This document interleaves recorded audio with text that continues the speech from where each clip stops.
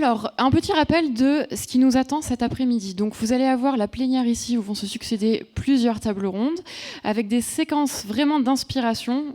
Vous avez vu le programme, vraiment des très très beaux intervenants qui vont défiler sur la scène tout cet après-midi.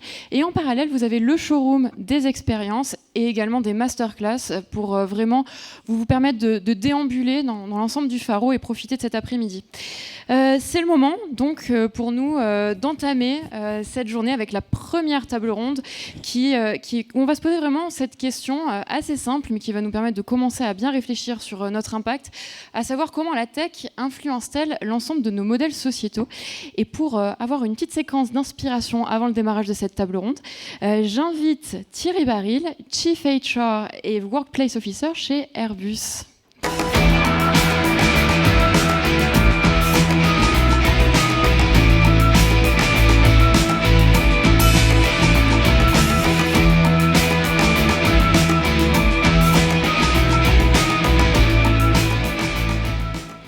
Je sens que je vous ai fait peur.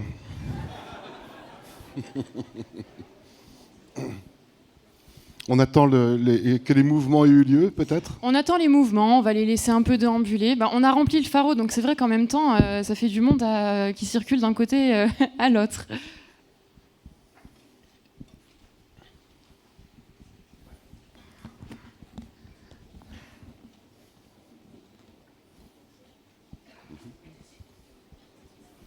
Merci à ceux qui restent, c'est très encourageant.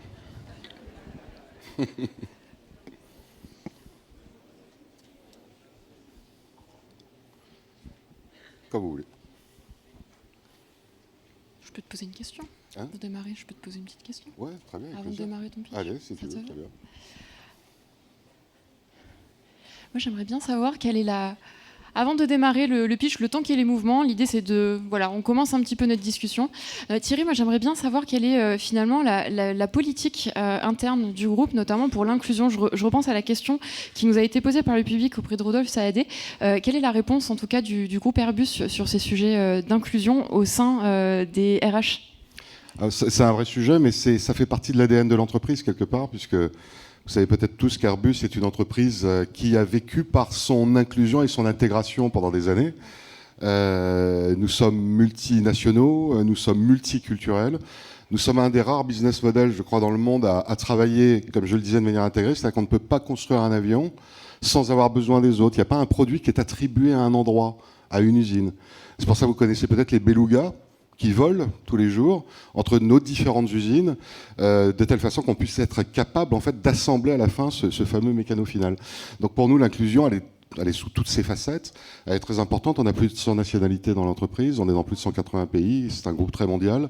Et en même temps, elle est parfois compliquée, parce que quand on parle d'inclusion sur le genre, par exemple, on est toujours un petit peu à la peine chez Airbus, parce que nous sommes un groupe industriel et on fait face toujours à cette difficulté d'être attractif pour les jeunes femmes qui ne sont pas, en fait, comment dirais-je, toujours intéressées pour venir vers les métiers de l'industrie. Alors qu'on voit bien que sur des métiers d'ingénieur, ça a beaucoup évolué. Quant aux différentes zones qui peuvent être sous-représentées, c'est un travail aussi permanent, qui nous a fait progresser pendant de nombreuses années, mais il faut toujours rester humble sur ces sujets. On a de très nombreuses collaborations avec nos quartiers en des talents et beaucoup d'autres associations pour justement essayer de montrer que tout le monde peut trouver sa place dans une entreprise comme la nôtre. Voilà. Merci beaucoup Thierry, puis je vous plus laisse calme, là, démarrer. tout d'un coup, ouais. Bon, y a du monde quand même.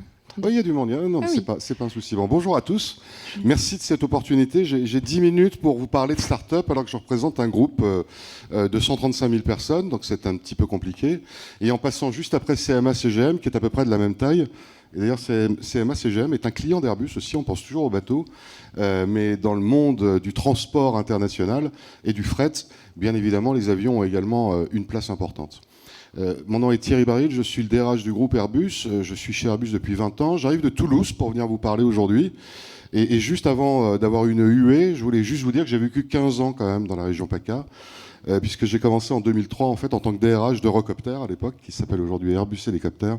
Et je suis très attaché à cette région et je suis vraiment ravi à chaque fois que je remets les pieds ici, parce que sincèrement, le soleil n'est pas le même. Et à tous les points de vue. Voilà, mais je peux pas trop le dire à Toulouse parce que c'est là-bas que je me fais huer, justement. Pourquoi parler aujourd'hui des startups quand on est un grand groupe? Tout simplement parce que c'est maintenant et aujourd'hui et sans doute depuis maintenant une décennie totalement intrinsèque à nos modes de fonctionnement. Ce qui nous rapproche déjà, c'est l'innovation. On parle toujours de la tech. Alors nous, pendant des années, on n'ose plus le dire, mais on était dans la high-tech. Parce que c'est vrai que fabriquer les objets complexes qui sont les nôtres, et avant de les fabriquer et les concevoir, c'est quand même une performance humaine. Et c'est ça d'ailleurs qui fait aussi Airbus, et qui fait aussi la culture d'Airbus. C'est cette performance, c'est cette passion. Vous avez tous compris que transporter, et ça a été le rêve, et ça reste toujours le rêve, des humains partout sur la Terre, mais au-delà de ça, puisque le ciel n'a pas de limite, puisque nous faisons aussi du spatial, a toujours été ce rêve humain et qui est devenu pendant des décennies une aventure humaine. Nous avons 50 ans d'existence et nous avons été une start-up au départ. Nous avons été une start-up parce que face à un grand groupe international qui était de l'autre côté de l'Atlantique, dont le nom commence par un B, nous étions un challenger, nous étions tout petits. Et cette culture-là, elle a été instillée dans l'entreprise avec un mode de fonctionnement de pionnier. Et les startups d'aujourd'hui réussiront toujours dans l'innovation parce qu'elles vont cultiver ce mode pionnier, parce qu'elles vont toujours aller plus loin pour aller chercher quelque chose qui va faire la différence et surtout être déterminées et être challenger, quelque part dans l'état d'esprit. Et c'est ça qui a fait que ces 10 dernières années, on a vu quand même que le monde de la grande entreprise s'ouvrait beaucoup sur les startups, les aidait, les accélérait, les incubait, les soutenait financièrement. Et c'est ce qu'une entreprise comme Airbus fait en fait. Et c'est vrai que quelque part, on est intéressé à la fois à développer de l'innovation et de la technologie avec ces startups, en les finançant par exemple. Je vais vous citer quelques exemples. On a un fonds qui est un fonds de venture capital qui s'appelle Airbus Ventures, qui aide un certain nombre de sociétés à développer dans des matériaux avancés, dans de la robotique, dans de la mobilité autonome, des solutions qui demain vont aider notre domaine aérospace. Et pour vous donner quelques chiffres, on a au cours de ces toutes dernières années, investi 250 millions de dollars. On a supporté à peu près une cinquantaine de sociétés. On a un taux de failure qui est assez faible avec ces sociétés, 15%, ce qui montre bien qu'on travaille ensemble. Et en fait, ce fait de travailler ensemble et ce fait de se soutenir fait qu'on aide un certain nombre de startups qui, de toute façon, nous en rendent beaucoup en termes de connaissances.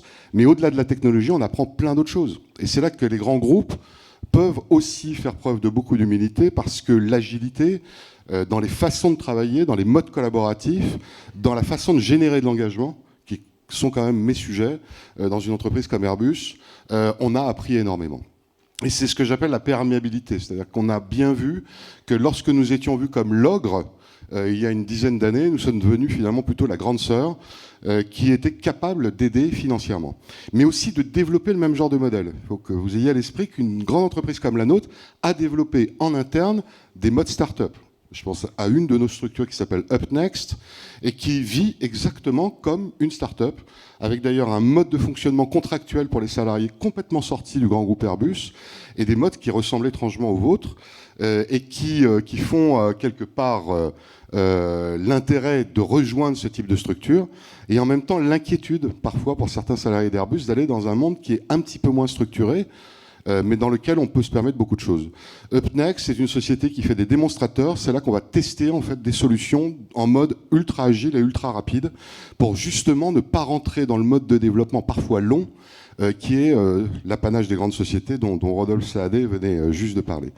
Et puis un dernier exemple qui fait qu'on aide aussi des sociétés vraiment à taille humaine, des startups toujours, avec plutôt une direction plus sociétale, de création d'emplois, de réindustrialisation de bassins d'emploi, de diversité et d'inclusion, justement aussi. Et là, c'est Airbus Développement, qui est d'ailleurs présente ici aujourd'hui, qui est un des partenaires de l'événement, et nous en sommes très fiers. Tout ça pour dire qu'il ne faut vraiment pas opposer, je ne connaissais pas le discours de M. Saadé, mais on est exactement dans le même état d'esprit. On n'est pas là pour opposer, au contraire. On peut vraiment apprendre les uns des autres.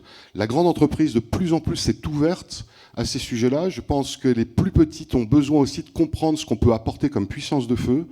Et dans le domaine, j'allais dire, de l'humain, on apprend beaucoup les uns des autres. D'ailleurs, il faut continuer de faire beaucoup de choses ensemble, parce que je parlais d'innovation, je parlais de mode collaboratif, mais l'état d'esprit, la culture, cette culture d'agilité, d'aller plus loin, d'entrepreneuriat, c'est quelque chose qu'on veut cultiver dans les grands groupes pour éviter de s'endormir et éviter de devenir des structures qui sont extrêmement figées et qui, à un moment donné, vont rencontrer des challengers. Vous avez peut-être tous à l'esprit une société qui s'appelle SpaceX, créée par Elon Musk, qui est venu à un moment donné disrupter complètement le marché mondial du spatial et des lanceurs. Et avec notre belle Ariane, quelque part, peut-être parce qu'on avait trop de certitudes, on a dû aussi apprendre de ce mode de fonctionnement. Donc quelque part, c'est bien d'avoir des challengers, on a été heureux de l'être, on a absolument envie de le rester, même si on est le leader mondial aujourd'hui de l'aéronautique et du spatial. C'est quelque chose qui est très important dans le mode de fonctionnement et c'est quelque chose qu'on va essayer de développer pour l'avenir. Tout à l'heure, j'entendais un message qui était très porteur, qui était « on croit tous au progrès dans cette salle ». Airbus croit au progrès. On est tous impliqués, bien évidemment, dans les sujets de décarbonation. Il faut savoir que dans un métier comme le nôtre, nous sommes aujourd'hui en train de réinventer en fait le mode de transport aérien du futur, totalement. Ça prend des années.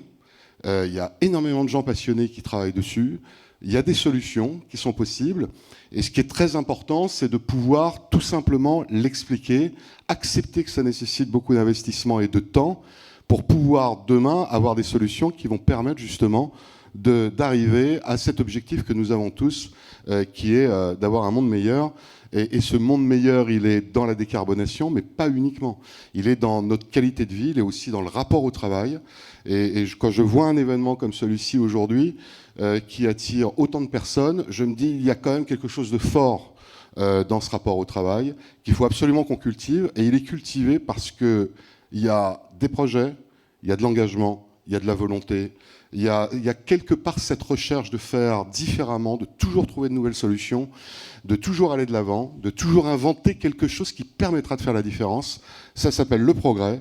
Et tous ensemble, eh bien, essayons de progresser et essayons de permettre à l'humain, dans ce progrès, de toujours trouver sa place plutôt que de donner l'impression que finalement, on commence à s'ennuyer au travail parce que franchement, on ne s'ennuie pas. Merci de votre attention et je vous souhaite une belle après-midi. À très vite. Merci beaucoup Thierry Varil. On était ravis de vous avoir aujourd'hui. Vraiment un grand merci d'être intervenu. C'est avec un grand plaisir. Je vous oui, vous pouvez le poser. Merci beaucoup. Et donc après cette session d'inspiration, vous l'avez compris, hein, ça va être vraiment le déroulé de tout cet après-midi, des sessions d'inspiration qui précéderont donc nos tables rondes. Je vais appeler pour la première table ronde Sarah Korn de So Good Festival. Sarah, je t'invite à me rejoindre sur scène.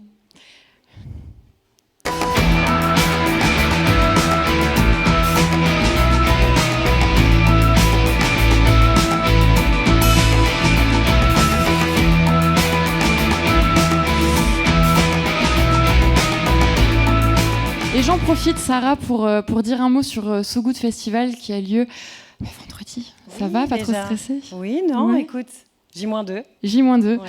Je vous invite vraiment à vous inscrire à So Good Festival qui a lieu cette année donc pour la première fois à Marseille, à la Friche de la Belle de Mai. Ça a lieu ce vendredi et bien sûr, on y sera, nous, à la French Tech. Un grand bravo pour l'organisation. On sera ravis de vous accueillir. Merci. Bonne table ronde. Julie. Merci. Bonjour à tous et à toutes. Je suis ravie d'être là aujourd'hui. Merci de cette invitation. Et surtout, merci pour ce thème. Je voulais dire un grand merci à la French Tech de donner de l'espace pour parler aussi de transition sociale. On a un peu introduit le sujet là. Mais quand on parle de transition, on parle beaucoup de la transition environnementale, de la nécessité de nos sociétés de décarboner, de réduire, voire de régénérer. On parle finalement assez peu de cette transition et de la nécessité de cette transition sociale et de la transformation actuelle de nos sociétés. Donc, on va aujourd'hui parler d'inclusion, parler de diversité avec mes 4 invités de qualité. Je les remercie d'être là. Peut-être en introduction, donc, moi je suis Sarah Korn. J'ai ici un peu 2 casquettes. En effet, j'ai eu la chance de cofonder ce média, So Good, qui organise ce festival ce vendredi, et on est ravis de vous accueillir. et d'avoir créé et rejoint un entrepreneur de la tech pour créer un fonds d'investissement à impact. Donc le sujet d'accélérer la transition sociale et environnementale par l'innovation me tient à cœur. Alors peut-être pour commencer tout de suite, donc merci à mes invités, Sébastien, Nicolas, Anne, Pamela. J'aimerais peut-être commencer par donner la parole à Nicolas. Nicolas Froissart, je vais te laisser te présenter en quelques secondes pour celles et ceux qui ne le connaissent pas encore. J'aimerais que tu nous dises, peut-être en introduction de cette table ronde et de cette discussion, comment toi tu penses que tous ces entrepreneurs sociaux ont aujourd'hui un rôle clé pour transformer notre société. Merci beaucoup Sarah. Je m'appelle Nicolas Froissart, effectivement je suis un des dirigeants d'un des principaux acteurs non lucratifs qui s'appelle le groupe SOS, qui développe beaucoup de dispositifs dans le service à la personne de façon très, très large, des hôpitaux, des maisons de retraite, des crèches, des structures sociales, beaucoup. Pas mal à Marseille d'ailleurs, et un lieu assez emblématique qui s'appelle notamment le Fort Saint-Nicolas. Donc on a signé avec la ville de Marseille pour 40 ans un bail amphithéotique qui fait qu'après avoir rénové en chantier d'insertion ce magnifique monument pendant 20 ans, on va continuer à le faire, mais on va aussi ouvrir aux Marseillais et au-delà ce lieu extraordinaire. Et en fait, l'histoire du groupe SOS, c'est de développer justement des projets entrepreneuriaux qui ont un impact social et aujourd'hui aussi environnemental important. Et d'être au croisement, je pense que ça a été dit un peu en introduction tout à l'heure, je pense qu'aujourd'hui personne n'a vraiment les solutions face aux enjeux de ce siècle et que ça passera par des événements comme aujourd'hui, c'est-à-dire permettre à des acteurs différents, les startups bien sûr, mais le monde économique de façon générale, les associations, de se rencontrer. On a créé par exemple nous à Lyon un lieu qui s'appelle H7, qui est un peu la station F lyonnaise, où on est actionnaire majoritaire, et donc c'est intéressant de se dire que des acteurs associatifs peuvent être impliqués dans ces lieux comme ça, en lien avec la métropole de Lyon et tout le tissu économique de ce territoire. Et comme c'est le groupe SOS qui est actionnaire majoritaire avec une autre association qui est Artifarty aussi et l'ensemble de l'écosystème French Tech, ça permet d'inciter les startups à travailler sur la question de l'impact, c'est impact social et impact environnemental, d'avoir des entreprises à impact elles-mêmes qui sont accompagnées dans ce lieu-là, mais de façon générale, parce que c'est aujourd'hui ça qui est important, de faire en sorte que l'ensemble des startups, même si au départ elles peuvent paraître un peu éloignées de ces sujets-là, qu'elles entendent parler régulièrement de ce qu'est l'impact social, environnemental, l'engagement citoyen, de la façon dont elles peuvent transformer la société.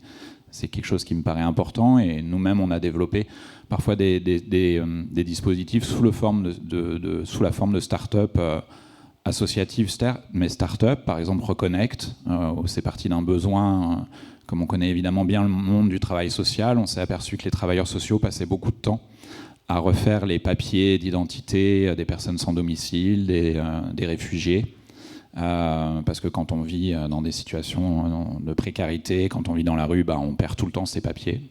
Et donc on a créé un coffre-fort solidaire, un cloud solidaire, donc ça s'appelle Reconnect, et ça permet aux travailleurs sociaux de gagner beaucoup de temps, de numériser, de sécuriser les papiers des personnes dont ils s'occupent au quotidien. Et voilà, et c'est un exemple parmi d'autres d'initiatives qui peuvent parfois emprunter aussi la tech, mais pour de l'impact social.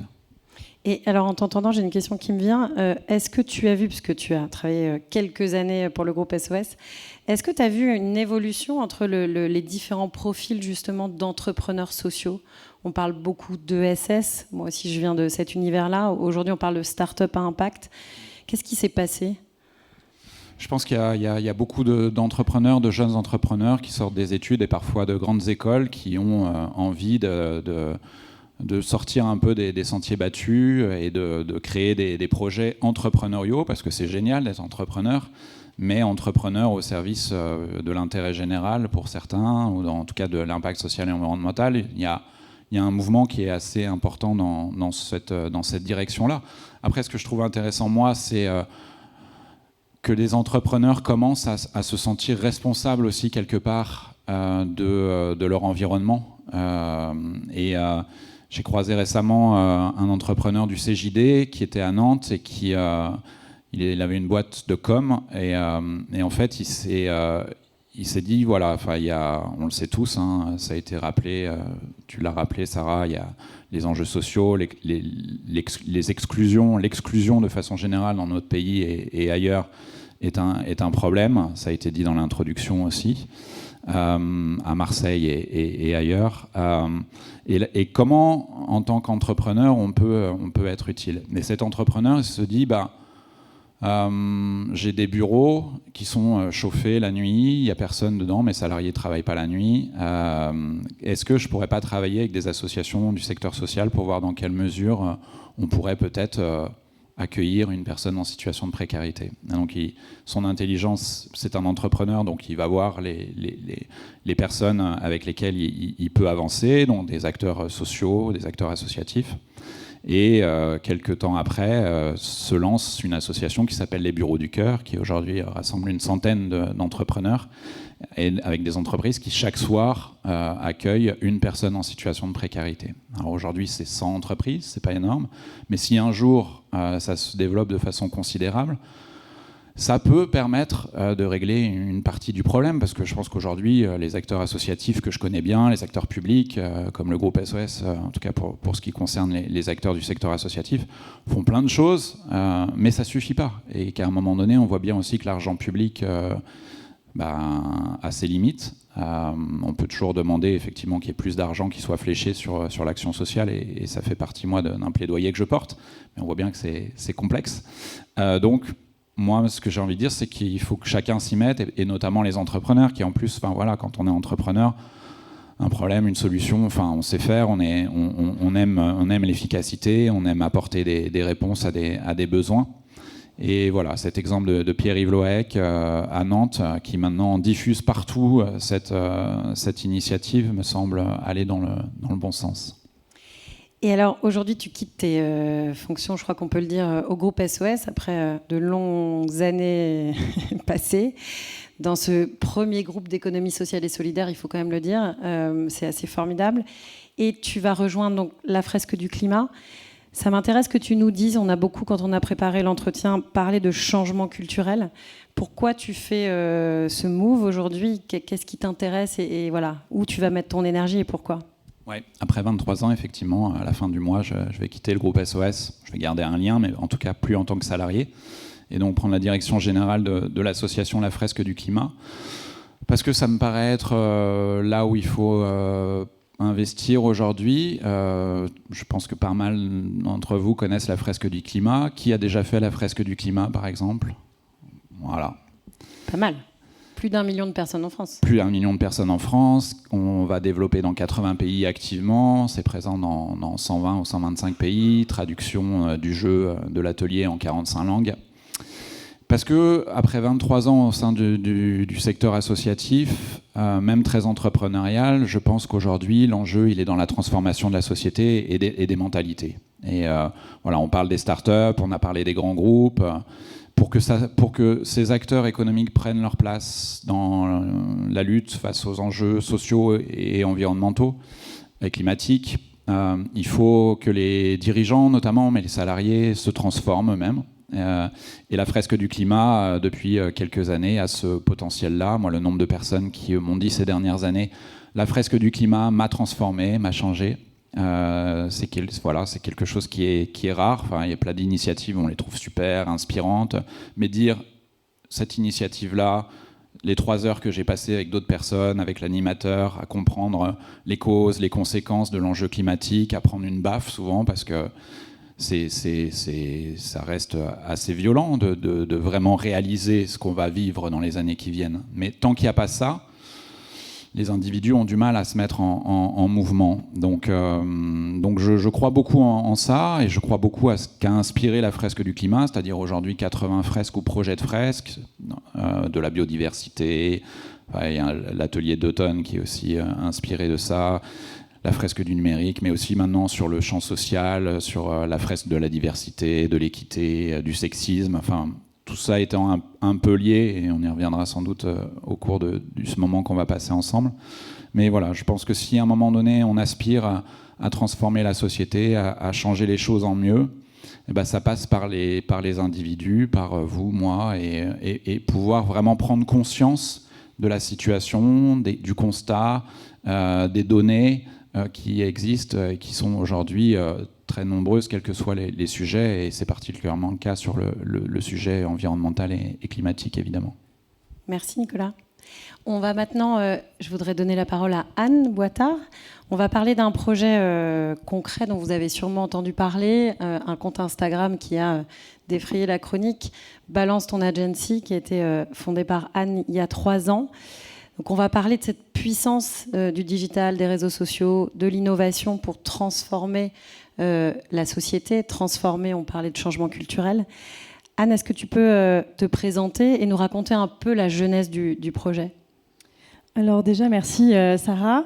Merci à tous et toutes d'être venus. Merci aux participants de cette table ronde et participantes, bien sûr. Alors effectivement, j'ai créé Balance ton agency il y a bientôt 3 ans. Donc c'est un compte Instagram qui aujourd'hui réunit à peu près 300 000 abonnés. Alors c'est à la fois une bonne nouvelle qu'il y ait autant de monde, mais à la fois c'est quand même un triste constat. Ça veut quand même dire qu'il y a un vrai problème, une vraie omerta, dans notre pays du moins, sur le bien-être au travail. Donc la genèse du compte, tout simplement, moi j'ai été salariée, peut-être comme vous tous et toutes ici, et puis j'ai été victime de harcèlement. Alors déjà, j'étais spectatrice et témoin, donc j'ai vu dans des grosses agences de pub, effectivement, des personnes victimes de harcèlement, sans savoir vraiment mettre des mots dessus. Qu'est-ce qu'était le sexisme avant le MeToo ? J'en avais vraiment presque aucune idée. Le harcèlement au travail, je n'avais pas les notions, les définitions, puisque personne ne me les avait apprises à l'école. Je pense que vous, c'est pareil. Donc, j'arrivais pas à définir ces situations-là, mais je savais qu'elles n'étaient pas normales.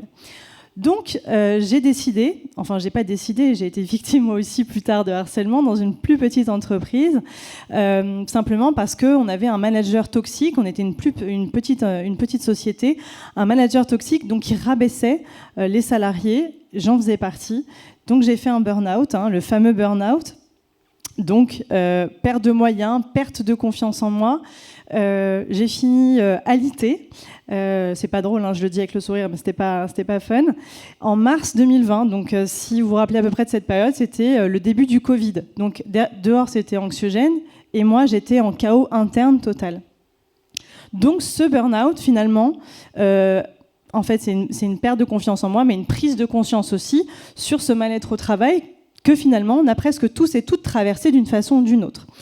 J'ai décidé ensuite, après ce burn-out, 6 mois plus tard, grâce évidemment à l'aide de professionnels, donc j'ai vu un sophrologue, une psychiatre qui m'ont aidé à me relever, de créer le compte Balance ton agency, puisque j'avais vraiment cette sensation que tout le monde était au courant, en fait, des agences, en tout cas dans la communication et la publicité, qui harcelaient en leur sein. On était tous au courant, mais en fait, on n'avait pas un endroit où concrètement on pouvait se dire « évite telle ou telle boîte ». Donc, j'ai créé ce compte sans savoir que ça allait avoir finalement en fait, ce succès, triste succès encore une fois. Et puis au bout de 2 jours, il y a eu 10 000 personnes, puis au bout d'une semaine on était 30 000, et aujourd'hui on est 300 000. Donc des personnes qui témoignent de situations de harcèlement au travail. Moi je visibilise leurs témoignages, et puis aujourd'hui on est à plus de 40 agences de pub ou entreprises qui ont été épinglées. Et j'ai actuellement, moi, 8 procès, donc plusieurs agences qui se retournent contre moi, évidemment, pour se défendre. Moi, le rêve, c'est qu'elles puissent toutes se remettre en question. C'est très important, cette remise en question. Donc, on va voir plus tard avec les questions que tu vas me poser. Mais effectivement, on a tous et toutes besoin d'une remise en question vraiment interne, que ce soit des managers, que ce soit effectivement des patronnes de société, de se demander, tiens, comment est-ce qu'en fait, je fais en sorte de m'assurer du bien-être au sein de ma société. Merci Anne. Qu'est-ce que tu as constaté comme évolution, comme changement, là, depuis 3 ans ? Qu'est-ce que tu vois évoluer ? Et j'ai envie de te demander, quels sont les plus gros freins de ces entreprises ? Parce que finalement, ici, on parle d'agences de communication, de marketing. Mais je crois qu'aujourd'hui, ça concerne tout type d'entreprise, tout type de secteur. Voilà. Qu'est-ce que tu vois évoluer là depuis 3 ans, si tant est qu'on voit une évolution ? Alors, comme toute évolution, moi, je la trouve assez lente, cette évolution. C'est vrai qu'il faut aussi une prise de conscience. Il y a le MeToo qui est passé par là en 2017. D'ailleurs, je pense que si le MeToo n'était pas passé par là, il n'y aurait pas eu cette libération de la parole sur le mal-être au travail. Il n'y aurait pas eu tous ces comptes-là, puisque je ne suis pas la seule à avoir un compte qui dénonce les mauvais agissements en entreprise. Mais ça a quand même permis, effectivement, d'ouvrir le débat. Donc, ouverture de débat 2017, aujourd'hui on est en 2023, il y a encore beaucoup de choses effectivement qu'on souhaiterait voir évoluer, mais il y a aussi une partie qui est, donc c'est systémique comme tu disais, puisqu'en fait on parle des agences de pub et de com, mais en fait les startups sont concernées, tous les secteurs sont concernés, puisqu'en fait, effectivement, c'est culturel, c'est propre aussi au pays dans lequel on vit, c'est propre à plein de choses. Donc, on va le retrouver partout, malheureusement. Et donc, on va se demander, voilà, comment est-ce qu'on fait en sorte qu'on soit, peut-être qu'on fasse attention au bien-être. Donc, il y a plein de solutions. Malheureusement, ça prend du temps. Donc, déjà, quand je dénonce une agence ou une société, il faut qu'elle se dise... Elle digère aussi la claque qu'elle s'est prise et qu'elles sont en capacité de se remettre en question, ce qui est la chose la plus difficile à faire finalement, puisque même nous, en tant qu'êtres humains, on a du mal à le faire. Donc on imagine que remettre en question l'ADN de son entreprise et le fonctionnement même de son entreprise, c'est une énorme avancée. Donc voilà, il y a beaucoup de solutions. On n'a peut-être pas le temps d'en parler ici à cette table ronde. Il y a beaucoup de solutions, mais la première, ce serait déjà la remise en question. Si, c'est intéressant de t'entendre justement sur les solutions, parce que l'idée de cette initiative et de ton projet, c'était de dénoncer pour mieux se transformer, pour mieux faire évoluer les organisations. Donc, ravi que tu puisses nous partager quelques solutions, actions concrètes, finalement, pour ces employeurs, parce que c'est le rôle de tout employeur de prendre soin de ses salariés. Je pense qu'on le comprend tous ici, que ce soit en termes d'efficacité de l'entreprise, qu'on a dit pour faire société. Comment est-ce que ça se passe? Est-ce que tu les accompagnes? Qui les accompagne après cette prise de conscience? Et c'est quoi les leviers pour ces employeurs pour se transformer? Donc déjà, il y a une prise de conscience aussi avec des chiffres, qu'on a des chiffres concrets. Il y a une étude qui est sortie, Qualis Social et Ipsos, qui parle vraiment des chiffres. Donc il y a 1 personne sur 3 qui a déjà été victime de harcèlement, et il n'y a qu'une entreprise sur 8 qui met en place tout ce qui est obligatoire justement pour lutter contre le harcèlement. Donc c'est très peu par rapport aux chiffres de victimes, effectivement. Alors qu'est-ce qu'on peut mettre en place? Alors déjà, ouvrir la parole. On le voit, même pour ces mouvements, MeToo, Balance-Ton, c'est une ouverture de parole. Donc il faut qu'on ouvre la parole dans nos propres entreprises. Comment est-ce qu'en fait on arrive à libérer cette parole? Malheureusement, au départ, ça va être de façon anonyme. Alors je dis malheureusement parce qu'on aimerait bien pouvoir régler les problèmes entre un tel et une telle ou un tel et un tel. Sauf qu'en fait, les salariés auront toujours du mal à parler puisqu'ils ont peur de perdre leur job. Donc il faut que ce soit fait de manière anonyme si possible. Ça peut passer à travers des questionnaires qu'on peut envoyer par mail, ça peut passer au départ à travers une boîte à questions, ça peut passer par un audit aussi qui peut être diligenté par un cabinet d'avocats. Donc moi, le problème, c'est qu'avec les audits, il y a beaucoup d'entrepreneurs ou de patrons, de patronnes, puisque effectivement, le harcèlement peut venir des hommes et des femmes, qui en fait demandent de faire des audits par des potes, des amis. Non, il faut le faire par un avocat qui est externe, qui ne connaît pas la direction, d'accord, pour que les salariés se sentent assez en confiance pour pouvoir parler de ce qu'ils rencontrent. C'est comme ça qu'on aura effectivement des réponses et un espèce de tableau, de paysage sur l'ambiance et pour prendre la température, voilà, en interne. Donc, c'est déjà les premiers leviers à mettre en place. Et ensuite, en fonction de ce qu'on relève lors de ces audits, lors de cette libération de la parole, on va trouver des solutions qui vont être sur mesure. Mais encore une fois, il y a tellement de possibilités, en fait, de problématiques qui existent qu'il y a autant de solutions et qu'on n'aura pas le temps de toutes dire là, à cette table ronde. En effet, tu parles beaucoup de harcèlement puisque c'est ce qui est d'abord dénoncé. Il y a beaucoup d'autres sujets, on va en parler, je pense, avec nos autres intervenants, mais voilà, de discrimination, et il y a une vraie nécessité, on va parler d'inclusion et de diversité aussi. Peut-être une dernière question, c'est quoi pour toi un employé heureux ? Alors, un employé heureux, qu'est-ce que c'est ? C'est vrai que c'est une question un peu difficile parce qu'aujourd'hui, déjà, on a tous et toutes des envies différentes. On a une quête de sens qui est arrivée, qui est très forte depuis le Covid. Donc on a complètement changé aussi nos priorités par rapport au travail. C'est-à-dire que aujourd'hui, la priorité, c'est le bien-être au travail, ce qui n'en était pas une avant. Aujourd'hui, on travaille tous aussi en télétravail, donc il faut apprendre à communiquer à distance. Donc sans l'intonation, sans les expressions faciales. Donc ça, c'est une nouvelle façon aussi de manager qui arrive et qu'on doit apprendre et comprendre, parce que les formations aux managers qui sont aujourd'hui existantes ne prennent pas en compte ces changements dus au Covid. Donc il y a plein de choses à revoir, à mettre au goût du jour, parce que la génération Z aussi a d'autres priorités, parce que ma génération aujourd'hui priorise le bien-être au travail.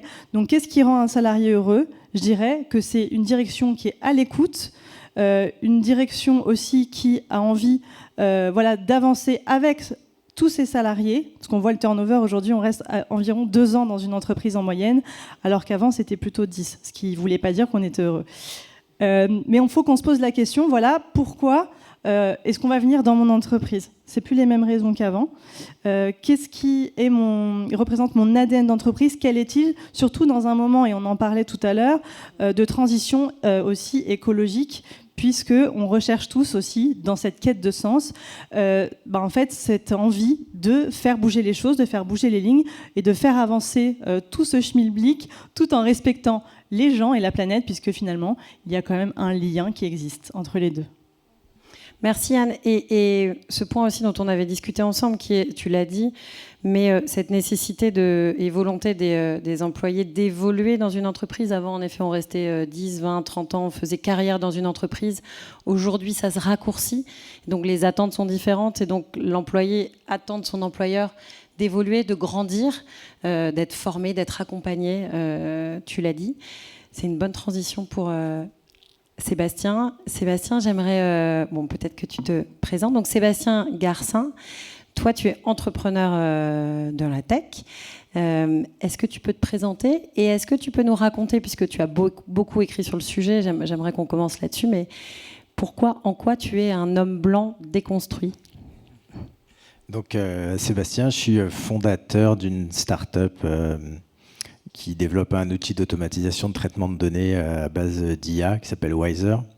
Donc je suis un cliché, un homme blanc qui crée une boîte de tech à Paris et qui lève des fonds. Et donc j'ai bien conscience d'être ce cliché. Mon associé aussi, il est pareil. Et pourquoi j'ai eu cette conscience ? C'est parce qu'il y a 10 ans, j'ai pris le féminisme dans la tronche. 2013, 10 ans, 2013, c'est le mariage pour tous, les manifs du mariage pour tous et une homophobie crasse qui s'est étalée sur tous les écrans. Et c'est ce jour-là que j'ai découvert que j'étais hétéro finalement, que ce que je croyais être normal n'était pas nécessairement normal et qu'il y a des gens qui avaient une autre expérience de la vie, simplement dû au fait qu'ils aimaient pas les mêmes personnes que les autres. Et ça m'a mis en colère. Je suis allé manifester, etc. Et quelles étaient les sources d'informations qui partageaient beaucoup de données sur ces enjeux-là ? C'était les féministes et des groupes féministes. Donc je suis rentré un peu par hasard sur un groupe féministe intersectionnel assez hardcore sur Facebook. C'était des femmes très érudites qui échangeaient entre elles. Le féminisme intersectionnel, c'est le féminisme qui aborde les logiques de domination sous tous les angles. Préférences sexuelles, couleur de peau, origine sociale, santé, etc. Et force était de reconnaître que, arrivant là-dedans, moi j'étais le dominant intersectionnel. C'est-à-dire que dans la pyramide des privilèges, moi je suis dans la même équipe que Vladimir Poutine et Donald Trump et Bertrand Cantat. Et cette prise de conscience, elle n'est pas nécessairement agréable. Mais bon, elle est comme ça. Et à partir de là, je pense que ceux ou celles d'entre vous qui ont fait l'expérience de la découverte du féminisme ont vécu la même chose. C'est un voile qui s'enlève de vos yeux. C'est comme le dentifrice, vous ne le remettez pas dans le tube, quoi. C'est-à-dire qu'à partir de ce moment-là, vous voyez le monde vous voyez tous les enjeux de domination qui nous dirigent et vous ne voyez plus du tout les choses de la même façon. Et puis normalement, si vous êtes un peu honnête avec vous-même, surtout quand vous représentez ce que je représente, bah, vous commencez à vous introspecter, à vous poser la question du rôle que vous jouez là-dedans, parce que c'est une chose de s'indigner, mais c'est autre chose de dire bah, forcément, j'ai 50 ans, j'ai joué un rôle là-dedans. Peut-être que j'ai des casseroles à titre personnel, premièrement, et deuxièmement, je suis dans un système qui me bénéficie, en quoi il me bénéficie, où j'en ai profité, etc. Et donc, sans nécessairement se battre sa coulpe, etc. Mais c'est important de prendre conscience et d'assumer ses responsabilités. Et moi, ça m'a donné envie d'agir. Responsabilité, action, c'est des mots d'entrepreneur. Et bon, j'ai écrit un bouquin, j'ai fait plein de trucs, mais quand j'ai monté ma boîte, ça a été mon premier souhait, qui était de dire, alors que je suis un cliché, je suis un mec blanc bourgeois qui monte une boîte de tech qui va lever du fric, comment je fais pour pas être 100% dans le cliché? Donc d'emblée, on a décidé que, ce serait une boîte à parité. Et nous sommes une boîte de tech à parité. Ça se fait pas tout seul, parce que voilà, le système étant ce qu'il est, Pamela pourra nous en parler, c'est pas nécessairement évident, donc c'est un effort, premièrement. Et deuxièmement, j'ai fait pas mal de rencontres, dont Anne, dont la fondatrice de Balance ta Startup, etc. Et assez vite, je me suis rendu compte que ma responsabilité en tant qu'entrepreneur, c'est de faire en sorte de créer une entreprise, c'est un petit monde, hein, et donc de créer un petit monde tel que j'avais envie qu'il soit, c'est-à-dire un petit monde où les gens ne se fassent pas écraser. Et assez vite, on a décidé que Wiser, ce serait une safe place to work, un endroit où les gens se sentiraient tout simplement en sécurité. Et c'était marrant la question que tu posais, c'est quoi un employé heureux? Moi, quand j'ai démarré ce travail sur ma marque employeur, on a fait un sondage auprès des abonnés de Balance ta Startup. On leur a demandé, c'est quoi votre souhait le plus dingue dans votre boîte? Et la réponse, vous allez halluciner, c'est respecter le droit du travail. C'est-à-dire que les gens, ils veulent pas nécessairement des congés illimités, des baby-foot et la cafétéria gratuite. Ils veulent qu'on respecte le droit du travail. C'est pas toujours simple, mais enfin en même temps, la feuille de route, elle est claire. Hein. Donc voilà, c'est ce projet-là qu'on a mis en place. Ça se fait pas tout seul. On fait des erreurs, on n'y arrive pas toujours. On se plante, on recommence. C'est pas très grave parce qu'on est 30, donc les conséquences sont pas dingues. Mais on apprend beaucoup. Tu peux nous partager quelques-unes des erreurs que vous auriez Les erreurs, faites? par exemple, on a beaucoup investi sur un recrutement à parité. Donc on a fait de la discrimination intentionnelle, c'est-à-dire que sur des postes, on a décidé que sur ce poste-là, ce serait une femme. Donc ça veut dire qu'on écrit les annonces au féminin, qu'on ne reçoit que des femmes. On ne va pas comparer des CV d'hommes et des CV de femmes, on prend que des femmes. Et ça a bien marché. Et on n'a pas fait attention à un truc, c'est pas parce qu'on est à parité qu'on n'est pas sexiste. Et que les boîtes, c'est poreux, et que le climat sexiste, il rentre. Et il y avait des femmes dans mon équipe, c'était un moment où on était plus nombreux, on était 40. Elles se sentaient pas bien. Pourquoi? Parce que il y avait des comportements en réunion de mes collègues masculins qui n'étaient pas cool. C'était des mecs qui se comportaient comme des mecs, ils parlaient fort, ils coupaient la parole, ils piquaient les idées, etc. Et ça, je l'ai pas du tout vu arriver. Pour moi, j'avais fait mon job et je dormais un peu sur mes lauriers. Et donc, on s'est remis au boulot là-dessus. Là, j'ai mis en place un sondage Pulse tous les 6 mois. Il y a toute une série de questions où je demande aux gens comment ils se sentent, est-ce qu'ils vivent telle ou telle situation, etc. Et le sondage est parfaitement anonyme. Les résultats en sont partagés de façon parfaitement transparente tous les 6 mois. On a aussi mis en place un système, une espèce de whistleblower, en fait juste un système qui permet d'envoyer un message de façon anonyme à moi. Donc je ne sais même pas qui l'envoie. Ça n'a jamais été activé jusqu'à présent. Mais voilà, ce sont des choses comme ça qu'on met en place, entre autres. Et alors, tu parles beaucoup de parité et donc de discrimination, du rapport homme-femme. Aujourd'hui, c'est quoi ce dont tu es le plus fier et comment, puisque tu es dans une boîte tech, on sait qu'il y a toujours un sujet de recrutement de femmes dans la tech. Comment est-ce que tu fais pour adresser ça? Alors, déjà, il y a vraiment... Si j'ai un conseil à donner à quelqu'un qui veut faire une boîte à parité, c'est de le faire au premier jour.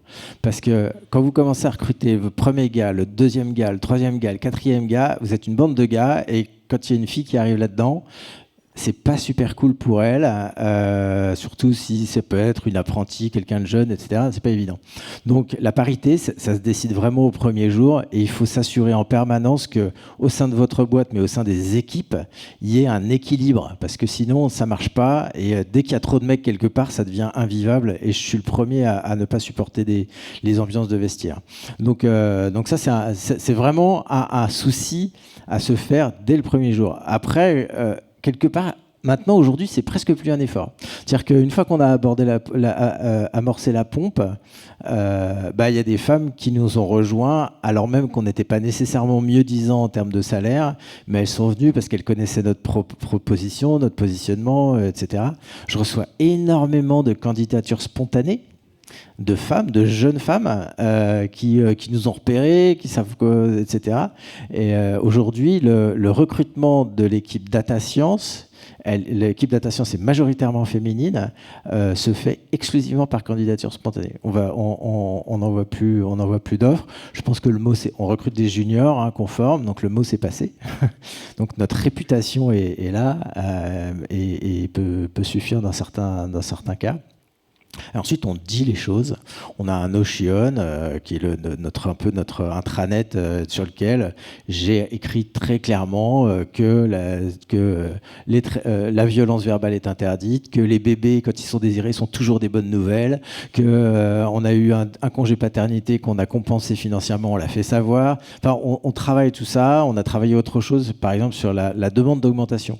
La demande d'augmentation, c'est un sport où les garçons gagnent, et parce qu'ils sont mieux entraînés socialement, etc. Donc on a mis en place un système où il n'y a pas besoin de demande d'augmentation. C'est-à-dire que tous les 6 mois, on revoit tous les salaires et on augmente les salaires qui doivent être augmentés. Donc les gens chez Wiser savent qu'a priori, sauf injustice criante, ils n'ont pas besoin de demander une augmentation. Si cette augmentation est justifiée, elle devrait arriver sans qu'ils aient besoin de la demander. Et ça, c'est un élément clé pour éviter les disparités dans les évolutions de carrière. Et alors, toi, tu nous as dit que tu t'étais déconstruit et la nécessité de se déconstruire en tant qu'homme blanc. Comment est-ce qu'on accompagne justement ces employés à se déconstruire, donc employés masculins?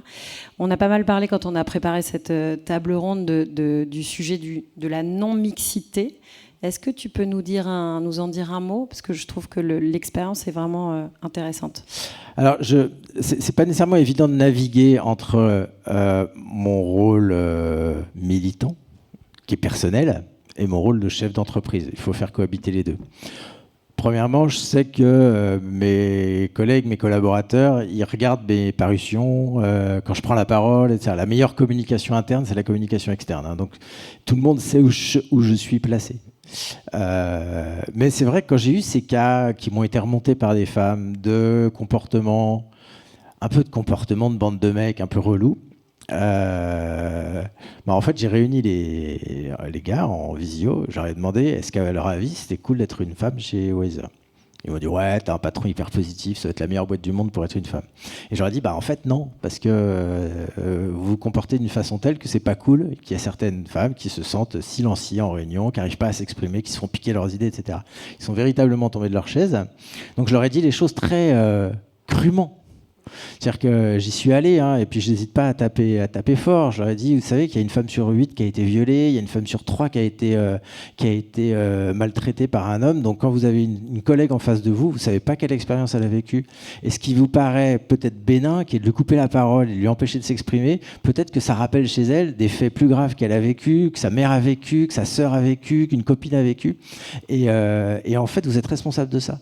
Vous l'avez peut-être pas souhaité, mais c'est une chose est sûre, vous êtes responsable de cet état de fait.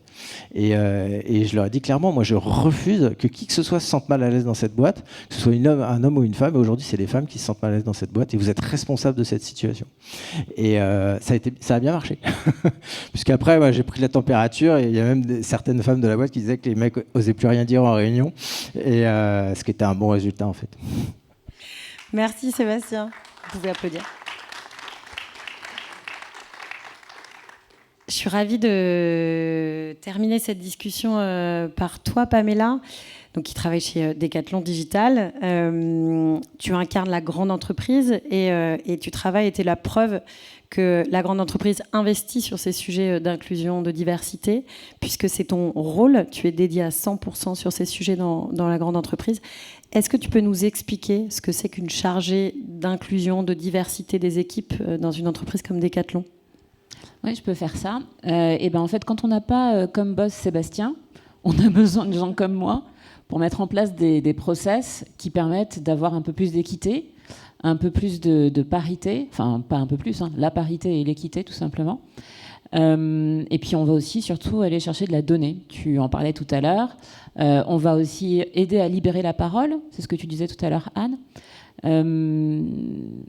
Ça peut aussi servir à faire joli, ce qui n'est pas forcément ce que j'aime faire. Mais il y a pas mal de boîtes qui aujourd'hui, pour pouvoir cocher la case diversité inclusion, se disent on va prendre une personne en interne ou on va embaucher quelqu'un en externe pour pouvoir faire ce job-là, et puis basta, ça sera bien, il y aura un titre, un bureau, une petite plaque et ça suffira. Si on fait ça, on est assez vite débusqué par les gens en interne et en externe. On tombe sur des balance-tas ou balance-ton. Donc il faut aller plus loin que ça fait joli, ça fait présentation, ça fait société. Non, il faut aller au-delà. C'est vraiment une personne qui va aller regarder la data, où en est la parité, où en est l'équité. Est-ce que nos process de promotion, d'augmentation, de recrutement sont équitables ? Est-ce qu'on n'est pas toujours en train de favoriser les mêmes populations ? Comment est-ce qu'on va faire pour changer ça ? C'est une personne qui va aller regarder les questionnaires Pulse dont tu parlais tout à l'heure. Donc, savoir l'engagement des collaboratrices, collaborateurs, voir où ça pêche. Est-ce qu'il y a des équipes où ça pêche ? Est-ce qu'il y a des endroits, des unités entières où ça pêche ? Voir à quoi c'est dû. Poser des questions bêtes comme comment est-ce qu'on gère un retour de congé parental, congé maternité, congé second parent, etc. Est-ce que c'est assez long ? Est-ce que les hommes prennent le congé paternité en entier ou pas ? Vraiment aller faire des questions très très candides, puis aller fouiller, appuyer là où ça fait mal souvent. C'est pour ça qu'il ne faut pas que ça soit que joli, parce que sinon on n'a pas de pouvoir, si on n'a pas de sponsorship, si on n'a pas de soutien de la direction. Et puis derrière, c'est une personne qui va aussi aller fédérer les bonnes volontés dans l'entreprise pour pouvoir faire évoluer les process, les politiques, etc. Et qui va aussi aller au combat parfois avec les personnes qui se disent, qui sont pas encore déconstruites et qui se disent mais pourquoi est-ce qu'on ferait ça ? Ça a toujours très bien marché jusqu'à maintenant. Donc c'est pas simple, c'est un métier sur lequel on se sent souvent seul, mais heureusement ce sont des moments qui sont assez courts parce qu'il y a souvent des gens dans l'entreprise qui viennent et qui disent moi j'ai envie de travailler là-dessus sur les process de recrutement, sur les process de nomination, les process de etc. Donc ça console énormément. Justement, est-ce que tu peux nous donner quelques actions concrètes que tu as menées en entreprise, que tu as co-construites avec des salariés ou d'autres équipes, dont tu es le plus fier pour essayer d'illustrer, peut-être pour les gens qui sont là, donner des cas concrets ? Oui, je peux faire ça. Alors, je suis fière de plein de trucs. C'est pas une fierté personnelle, c'est une fierté vraiment collective parce que ça a été fait. C'est pas juste Pamela qui a décidé de faire ça. C'est toujours sont toujours des projets qui sont faits en collaboration, en consultation, en aide, en soutien aussi aux personnes qu'on veut aider. Je vais en citer une comme ça. Moi, ça me semblait hyper basique. Je venais d'une entreprise américaine dans laquelle il y avait, c'était une start-up, dans laquelle il y avait autant de congés, enfin la durée de congés second parent et premier parent était la même. C'était 5 mois sur la première année de l'enfant, sécable comme on voulait. Et donc j'arrivais dans une autre entreprise dans laquelle on a décidé assez rapidement d'ajouter 4 semaines de congé maternité. Donc en France, on est passé de 16 pour un premier enfant à 20 semaines. Et pour le second parent, on est passé à l'époque, c'était pas encore 1 mois, c'était 2 semaines. Donc on est passé de 2 semaines à 4 semaines. Et puis depuis, il y a eu juillet 2021 qui est passé par là. Donc maintenant, je crois que c'est 6 semaines. Et moi, ça me semblait être anodin. Et c'était juste la première phase. Après, il fallait arriver à l'égalité, etc. Et puis prolonger ce congé encore, payer à 100%, quelle que soit l'ancienneté dans l'entreprise. Et j'avais vraiment l'impression que c'était pas assez.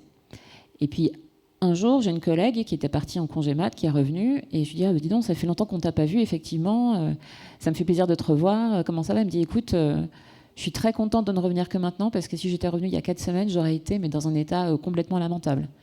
Et là, je me suis dit, en fait, ces 4 semaines, ça avait l'air de rien comme ça. Et moi, ça me semblait pas suffisant. Alors, évidemment, c'est pas suffisant.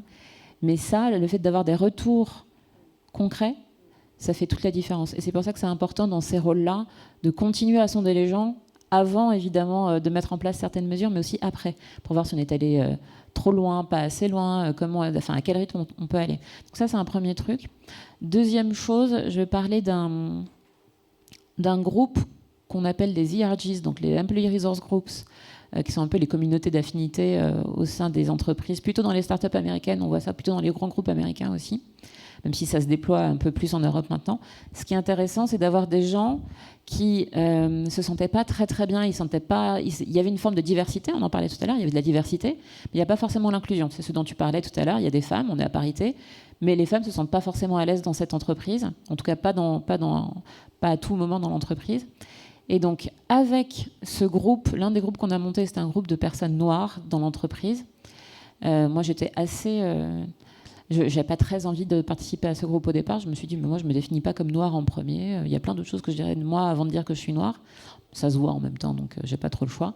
Mais il y a une personne qui était en train de se dire qu'elle se sentait vraiment, vraiment très, très mal dans l'entreprise.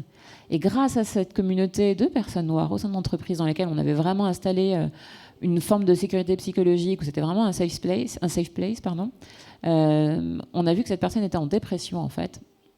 Et c'était des choses qu'on n'aurait pas vues si on travaillait avec elle et que on n'avait pas ce groupe de parole. Et on a permis à cette personne d'éviter un burn-out.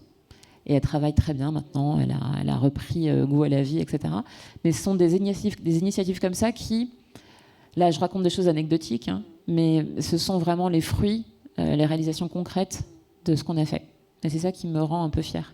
Bravo, tu peux être fière. Merci. Je pense qu'on peut applaudir ça, non ? Peut-être une dernière question qui n'est pas la plus simple et qui est une question ouverte, parce que finalement, toutes nos organisations, nos entreprises sont le reflet de notre société, qui est une société qui est de plus en plus diverse, de plus en plus complexe, où la parole se libère. Comment justement on compose et on fédère dans une entreprise toutes ces personnes diverses ? Vous avez 3 heures. Non, t'inquiète. Je vais essayer de faire ça en moins de 3 heures. J'ai pas de solution toute faite, parce que je pense que chaque entreprise a un contexte un peu particulier. Si j'avais une recette, je la vendrais, je serais très riche. Mais par contre, ce que je peux dire, c'est on étudie la donnée, on voit où on en est, d'où on part, on se demande où on veut aller, on trouve des bonnes personnes dans l'entreprise qui ont envie de faire avancer les choses, on se concerte énormément.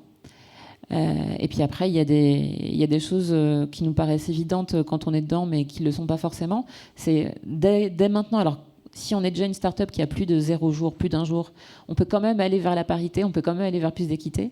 C'est mieux au début quand c'est fait par dessein, mais on peut y arriver quand même. L'ouverture de la parole, le fait de créer, d'alimenter une sécurité psychologique, de permettre aux gens d'être eux-mêmes. Je lisais qu'il y avait, on passait 20 à 25% de son temps à cacher qui on était quand on n'était pas à l'aise dans une société. C'est si on veut regarder les choses de manière froide, c'est 20 à 25% qu'on ne passe pas à travailler, en fait, ou à produire des choses. Si on est vraiment dans la recherche de la production, c'est un peu dommage. Ou c'est 20 à 25% qu'on ne passe pas à se reposer aussi.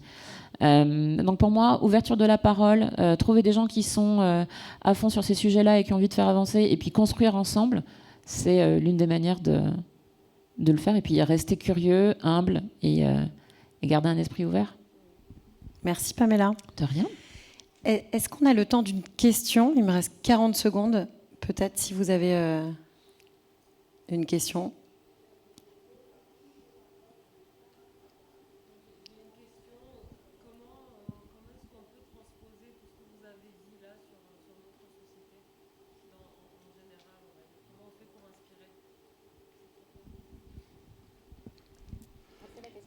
Je vais reposer. On m'entend ?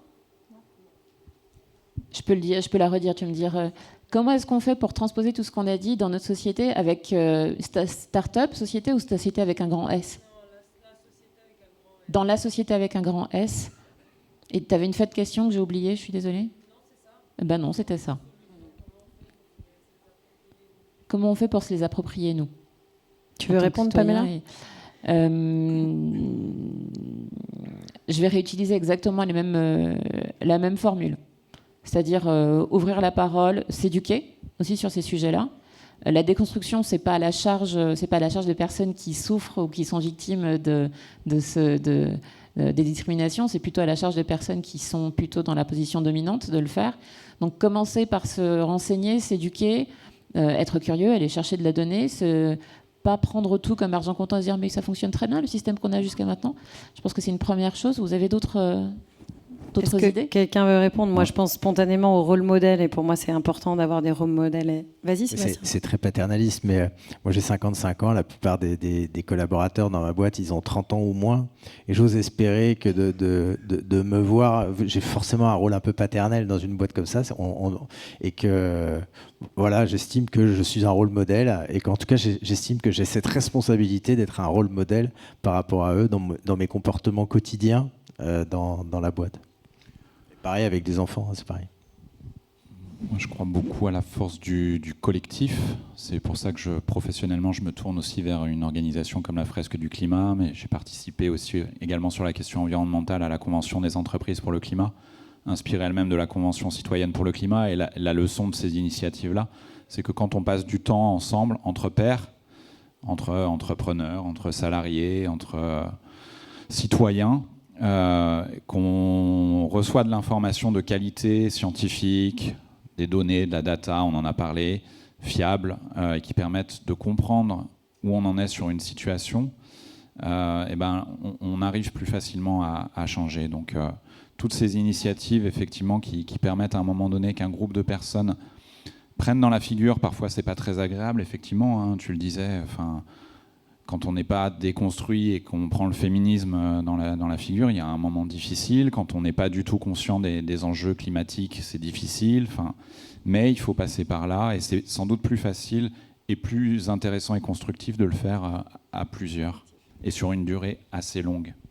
Anne, le mot de la fin. Oui, non, selon moi, ça passe aussi par l'éducation. En fait, de plus en plus tôt, on devrait être concerné par ces questions. On devrait aussi être sensibilisé à tout ça, que ce soit le consentement, que ce soit le harcèlement, puisqu'on voit le harcèlement scolaire, ça commence dès l'école. Hein. On parle beaucoup des entreprises, mais en fait, on voit que c'est dans tous les moments de notre vie. Et puis, on a aussi eu les chiffres sur l'inceste. Donc, si, en fait, on sait, on peut se défendre.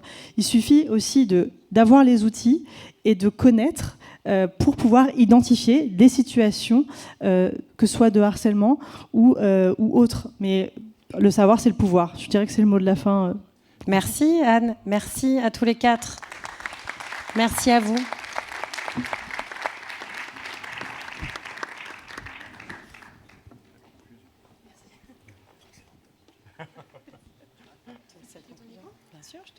Merci beaucoup à tous.